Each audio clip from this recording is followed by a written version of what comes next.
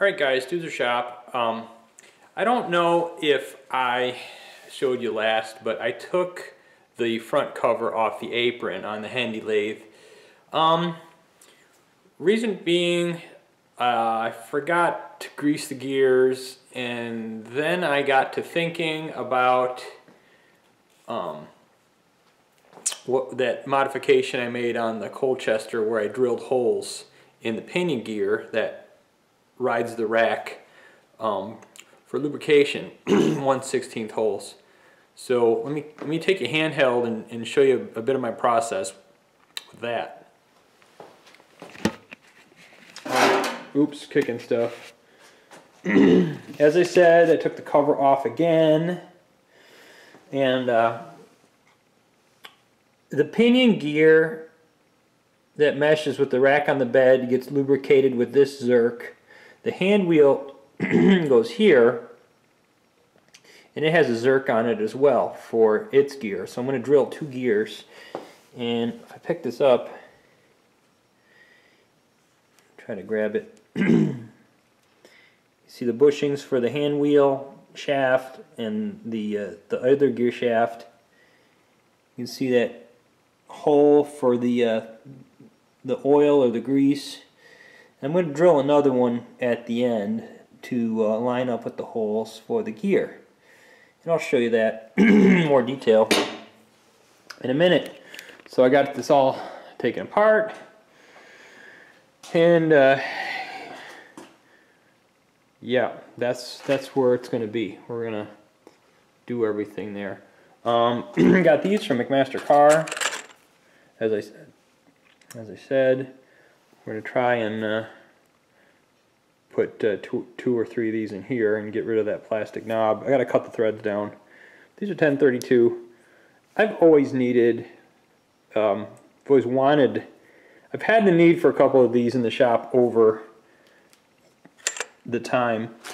So I finally got some. So this Lucas stuff, which I talk about a lot, this Motor Honey, it used to be $12 at the auto parts. Now it's $16.99, $17 from $12 and change. Inflation, terrible. Whatever. All right. So I've been busy. I might have showed that mandrel. It's just a piece of shaft turned to 9/16 because that's what the bushings are. That's a new bushing. I knocked out the old bushing. The bushing on the back side is fine. This bushing had about 3.5 thousandths of wear on it. So you can see my process. I just spin. I hope that light isn't too much. I spin the gear. By eye, I locate the center with the drill and I drill it through the bushing and everything. So I end up drilling 6 holes. I thought about drilling 3. I don't think 6 would weaken it by taking away cross-sectional area, so I think that's going to be fine.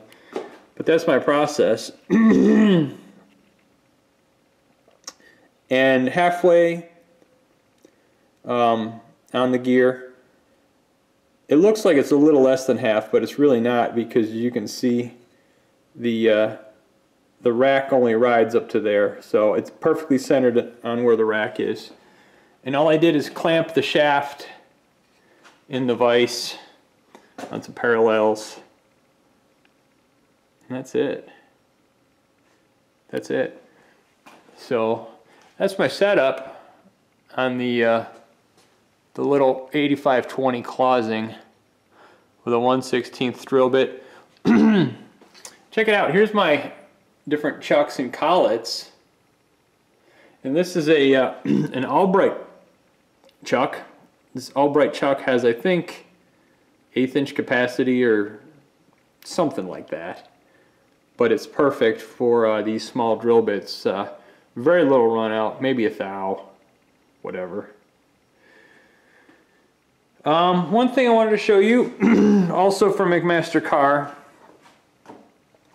is I had these spacers and 5/16 check nuts. that's what I bought from McMaster Car. I can't loosen it off. But it's a split collar, threaded for 5/16 18. So that's nice. That's going to work out well. You know, a couple bucks, less than 10 bucks. Maybe it was 10 bucks. I don't know. But that's going to be nice. So let me set up the other gear and I'll bring you back. So I took the actual shaft that the gear for the pinion rides on, took it out of the apron cover. Just going to set that down.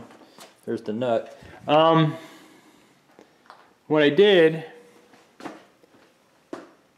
as you can see it with the grease fitting and the threads, and I clamped it in the Kurt vise here to drill the oil passage into the actual shaft to get alignment where the holes are. You can see the multiple holes in the pinion gear. Now, why in the heck didn't I think of just using the shaft from the apron to drill the gear holes? Because I need to transfer locate it anyways. So I made this shaft for nothing. You can see, where is it? You see the hole? That's just the poke through hole. You know, turned down to 9/16 from whatever this was. But I could have used the the actual shaft as a mandrel instead of making this one and trying to get exactly 9/16 nice and straight and nice and fit. Oh well, what are you gonna do? So now that's drilled through. Take this off. My 1/16 drill bit, set that there. Wind this back. The mighty might of Clausing 8520. So let's keep a little brush here. It's a barbecue basting brush from the supermarket. So alright, it's kind of neat. You can see, you can't see. Well, there's holes in there. I don't know if the camera can show it, but whatever. Let me set this down here. Don't go anywhere. There's the original hole to put the grease between the bronze bushings. And there's the hole for the gear. So that'll line up with all the different little gear teeth holes. I should probably drill that. See, that's 1/8 inch. I should probably drill that out to 1/8 inch. As soon as I got my digital readout coordinates figured out. That way it's got more of a chance of lining up for a longer time or whatever. I might drill that. Yeah, I'm going to drill that to 1/8 inch. So let me do that. Then I probably have to pop out the grease fitting and continue that hole down to here in the lathe, because I'm sure it's not, and then reapply a grease fitting. I think that's a Zerk fitting. I think that's a 1/4 inch press-in fit. So I bought some from McMaster Car, saved the day. So let me drill that out to 1/8 inch. Should I drill it through? I don't think so. I thought about that. Because these point up, oil will well up, fill up between the bushings, and then it'll well up and lubricate probably the top side of the gear facing the rack. So I think I'm going to leave it not drilled completely through, but I am going to make it 1/8 of an inch. So let me do that, and we'll set this up in the lathe, continue the feed hole, put a new grease lubrication Zerk in, and let's see See how she goes. All right, bring it back. All right, guys, we got a 9/16 collet here. And here's our piece. We found a 3/16 drill bit, and it's a really long guy, right? And we marked with green magic marker how deep we need to drill. And there was some residual grease inside here, and it pooped all out everywhere. So we're gonna put the oh yeah, that fits in the 9/16 collet. Nice. Okay? Might as well push it all the way up and all the way in. It's good enough. Stick it in the, we're in the Sagami lathe over here, the chucker. This is a fabulous copy of a Harding HC. This is a beautiful lathe. I love this thing. The quality and the condition. It's just fabulous. All right, we're setting our collet closer. All right, that's good. Now, what we're gonna do is this turret comes around. I have a drill chuck on the turret, right there. So I got a stop in the back here. You can't see. If I wind it to the stop, and the the dial should read 0, and that's center for the drill chuck. Slowly, so I don't. Okay. Now that's centered. So I'm going to put the drill bit in the chuck. Leave that green thing exposed. The green mark for the magic marker. That's our depth stop setting. Give her a little snuggarooski. And there we go. Can you guys see that? So hopefully this thing doesn't spook grease everywhere. Turn the lathe on.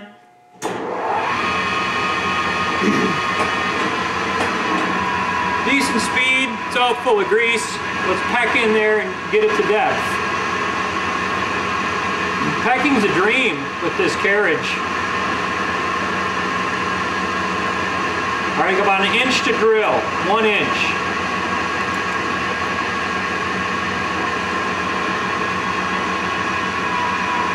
It is,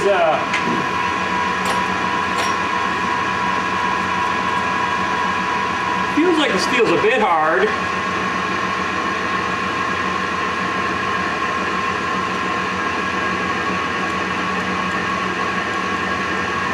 Yeah. See, I got my little brush here, cleaning off the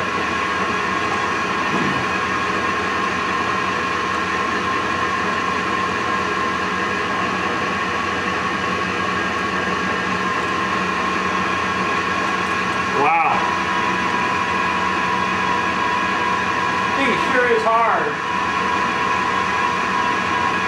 Put some lube oil on it.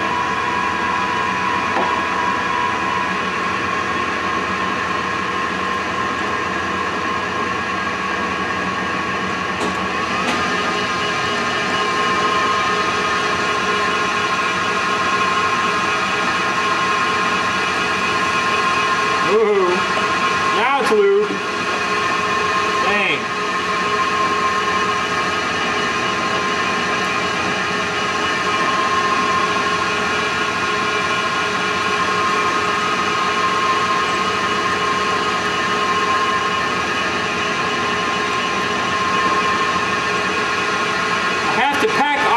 Because my flutes don't go all the way to the end.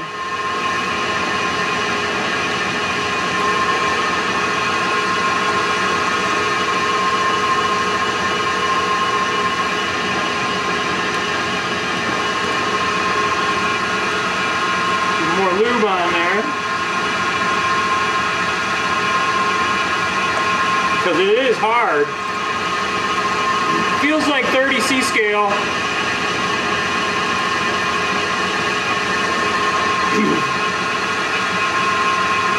Maybe even 40. probably 40C.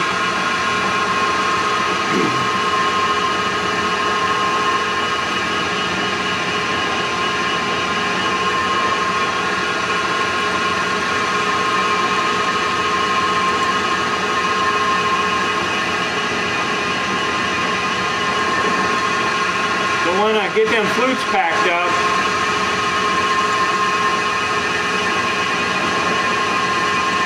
I just felt it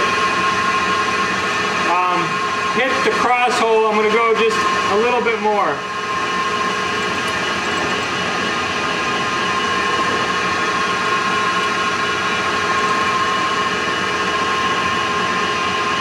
Alright, that's it.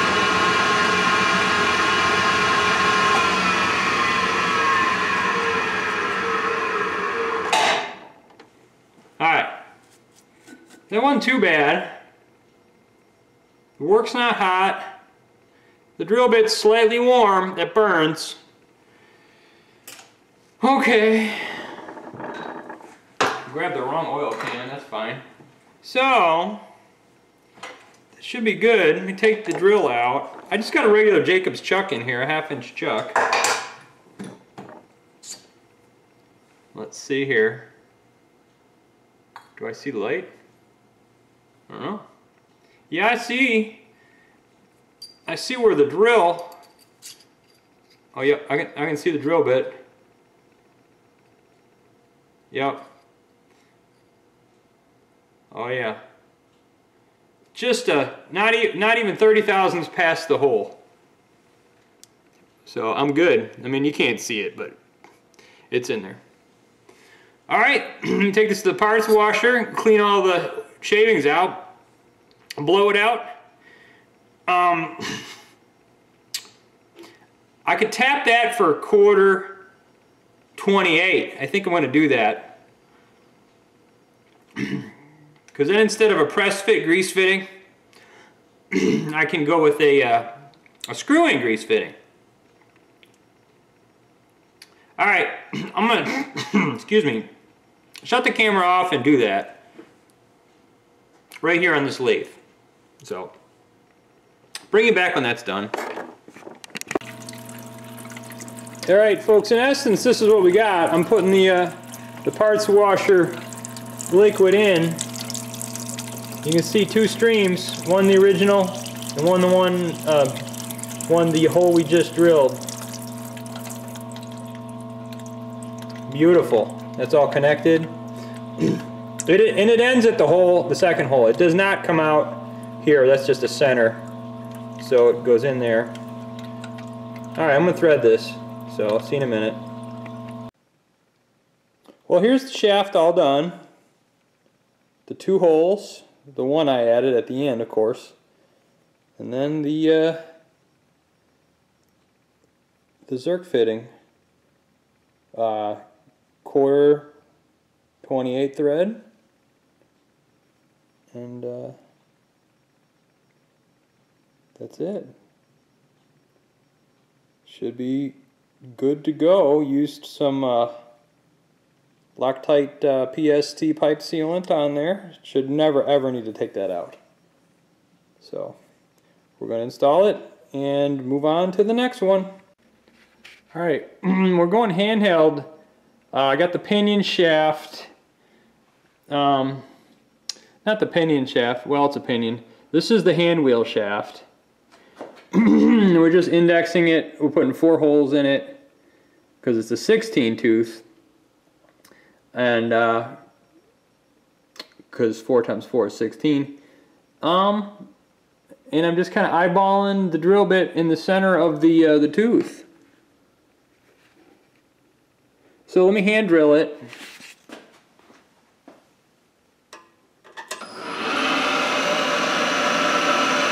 Show you the process.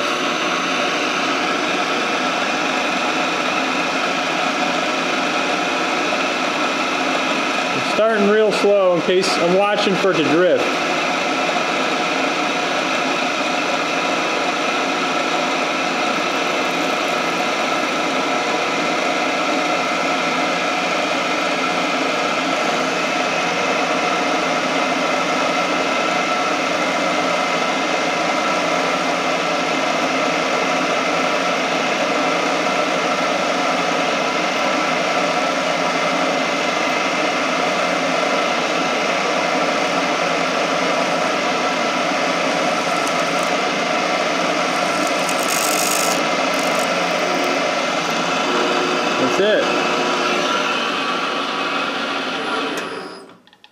There she is.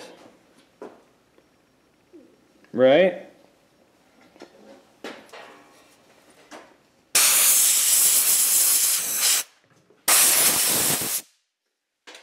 Alright. That's it. 1/16 hole. That's all 4 of them. Thought I'd show you the last one. I held them in a bit. They're not perfectly centered with the teeth, and I'll show you why. You get my little nose picker here. It's got a deep lathe center. So I left, some room as not to hit the center hole and break out with the drill bit I'm going to use to core down the middle of this. I already pulled out the grease zerk, the zerk fitting. Old habits die hard. Anyhow, we set this up in the lathe, drill it, stop. You'll feel the drill bit stop, hopefully, but I'm going to mark it anyways and measure it out. Alright, show you more in a minute. Alright guys, we're doing well, but I'm getting tired. Got this all done. Let's see if we can zoom in. There's the holes. One. Let me try to... Oop, bang. We can see through it. One. Could see through it. One. Fudge ripple. There you go. 1, 2, 3,